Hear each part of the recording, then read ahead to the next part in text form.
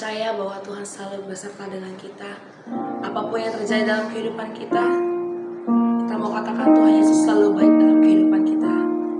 Terima kasih Tuhan Yesus. Terima kasih ya Bapa. Kami bersyukur Tuhan. Apapun yang terjadi dalam hidupku ini, tak pernah ku ragukan kasih-Mu Tuhan. Lewat gunung yang tinggi, dalam lembah yang curam, tak pernah ku ragukan janji-Mu Tuhan. Apapun yang terjadi, amin. Yesus. Apapun yang terjadi dalam hidupku ini, tak pernah ku ragukan kasih-Mu Tuhan. Lewat gunung yang tinggi, dalam lembah yang curam, tak pernah ku ragukan janji-Mu Tuhan. Kau berfirman, Kau sembuhkanku, Kau bersabda dan selamatkanku. Tiada yang mustahil bagimu, Yesus, ku percaya padamu. Apapun yang terjadi dalam kehidupan kita percaya kepada Tuhan Yesus yang selalu melindungi kita. Terima kasih Tuhan. Apapun yang terjadi dalam hidupku ini, tak pernah ku ragukan kasih-Mu Tuhan.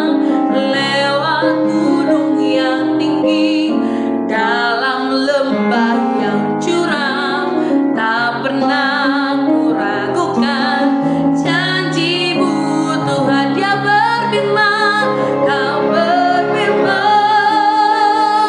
dan sembuhkanku, Kau bersabda dan selamatkanku.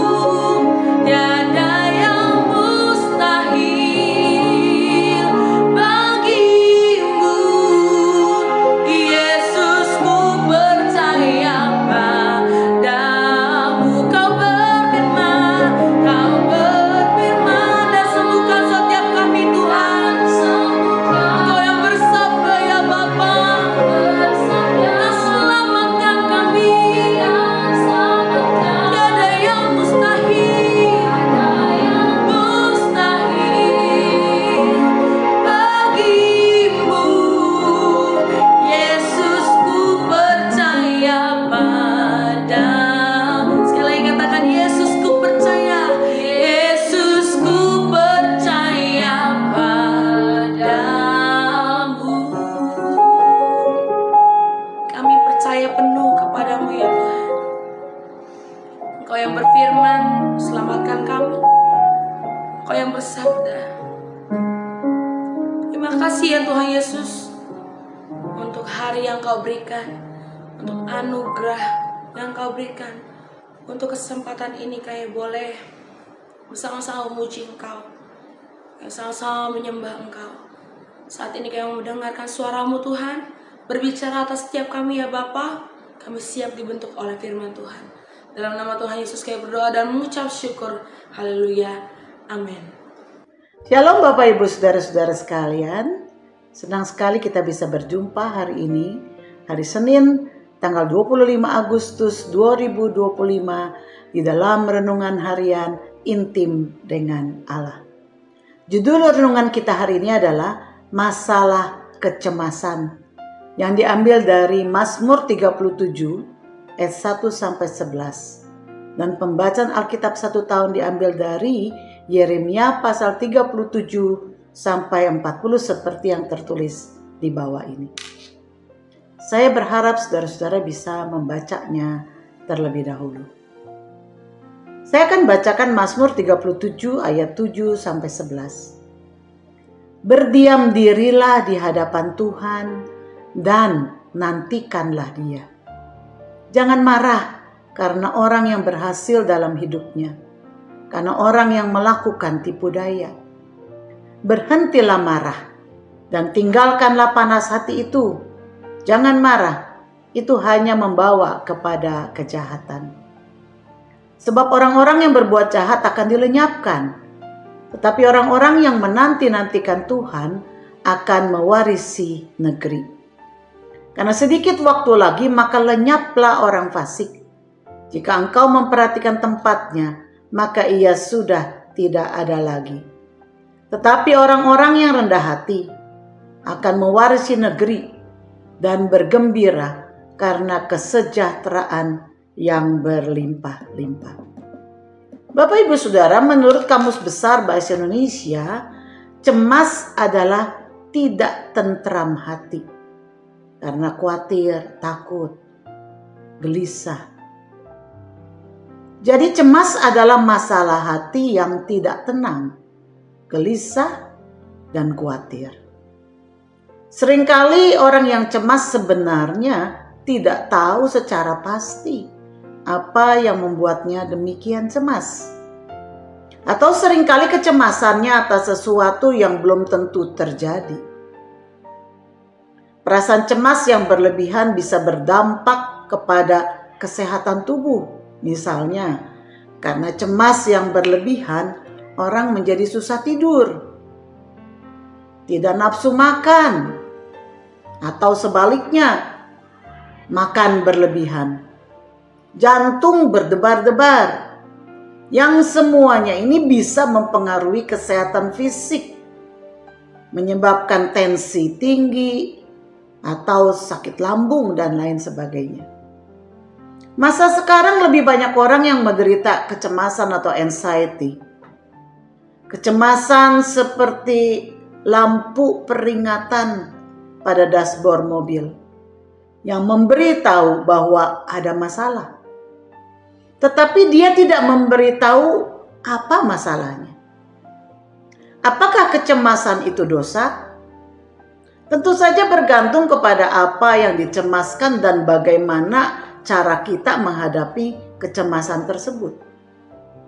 Ada kecemasan yang terjadi demi kebaikan dan kesejahteraan orang lain. Seperti yang tertulis dalam Filipi 2 ayat 19. Dikatakan, tetapi di dalam Tuhan Yesus kuharap segera mengirimkan Timotius kepadamu supaya tenang juga hatiku oleh kabar tentang hal ihwalmu. Kalimat supaya tenang juga hatiku menandakan bahwa Paulus juga memiliki kecemasan. Namun ini merupakan jenis kecemasan yang benar, yang merupakan ekspresi kasih dan imannya terhadap jemaat di Filipi. Tetapi ada pula jenis kecemasan yang lain yang paling banyak, yakni kecemasan yang dikarenakan kepentingan atau kenyamanan diri sendiri. Cemas jika tidak berhasil, cemas jika ditolak oleh orang lain, cemas jika tidak memiliki harta yang cukup, cemas jika posisi dan kedudukannya direbut orang lain dan lain sebagainya. Ini kecemasan yang bersumber dari hati yang dikuasai berhala. Namun apapun alasan kecemasan kita, Tuhan memberikan solusinya, yakni mempercayai dan mengandalkan Tuhan atas seluruh hidup kita, atas seluruh rencana kita dan masa depan kita. Umumnya kita cemas karena kita memakai kekuatan dan kemampuan diri atau karena kita mengandalkan orang lain. Allah berkata, diberkatilah orang yang mengandalkan Tuhan. Sebaliknya, Ia berkata, terkutuklah orang yang mengandalkan manusia, yang mengandalkan kekuatannya sendiri dan hatinya menjauh daripada Tuhan. Yeremia 17 ayat 5-8. Orang yang berserah dan mengandalkan Tuhan, hatinya akan tenang. karena dia percaya bahwa Tuhan berkuasa menolongnya dan Tuhan ada selalu bersamanya. Mazmur 125 ayat 1 menegaskan bahwa orang yang percaya kepada Tuhan adalah seperti gunung Sion yang tidak goyang, yang tetap untuk selama-lamanya. Ini menandakan ketenangan hati dan keteguhan iman karena didasarkan pada fondasi yang kokoh. Bagaimana untuk mengatasi kecemasan, saudara? Yang pertama, minta kepada Allah untuk menunjukkan kepada saudara masalah apa yang mendasari kecemasan saudara. Temukan dahulu.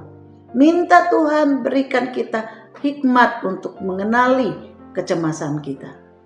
Yang kedua, bawalah masalah tersebut yang saudara sudah temukan itu kepadanya. Dan minta Roh Kudus membantu saudara untuk mempercayai semua hal, baik besar maupun kecil, yang mengganggu saudara kepadanya. Bawa itu semua kepadanya. Besar, kecil, bawa. Lalu yang ketiga, minta Roh Kudus untuk membuka hal-hal tersembunyi yang selama ini saudara percaya dan sembah selain Tuhan, dan mintalah pengampunannya. Jika ada berhala dalam hati, minta Tuhan untuk membukakannya dan saudara meminta ampun. Yang keempat, mulailah bertindak dengan iman, meski itu hanya langkah kecil, tapi lakukan langkah iman sesuai dengan apa yang Allah gerakkan saudara untuk melakukannya. Apa perenungan kita hari ini, saudara? Mengalami kecemasan dan hidup di dalam kecemasan adalah dua hal yang berbeda. Selama kita hidup di dunia yang penuh dosa ini, kita bisa mengalami kecemasan. Tetapi kita tidak harus hidup di dalam kecemasan. Kita bisa mengalahkan kecemasan dengan menaruh hidup kita menit demi menit dalam tangan kuasa Allah. 1 Petrus 5:7 mengatakan, dia memberikan kepada kita sebuah perintah, serahkanlah segala kekhawatiranmu kepadanya, sebab Ia yang memelihara kamu. Mengapa kita harus menyerahkan segala kekhawatiran kita kepada Tuhan? Sebab Tuhanlah sang pemelihara hidup kita. Jika Dia yang maha kuasa, pencipta dan pemilik seluruh alam semesta, memelihara hidup kita, apakah lagi yang perlu kita khawatirkan dan cemaskan? Mari kita berdoa.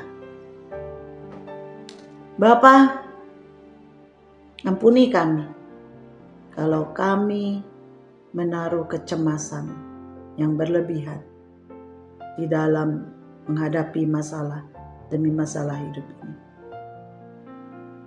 Tuhan, bongkar hati kami, biar kami menaruh Kristus di dalam hati kami, menaruh harap kami hanya kepada Tuhan, bukan kepada uang, bukan kepada benda, bukan kepada anak, bukan kepada pekerjaan, tapi kami mau menaruh harap kami hanya kepada Tuhan.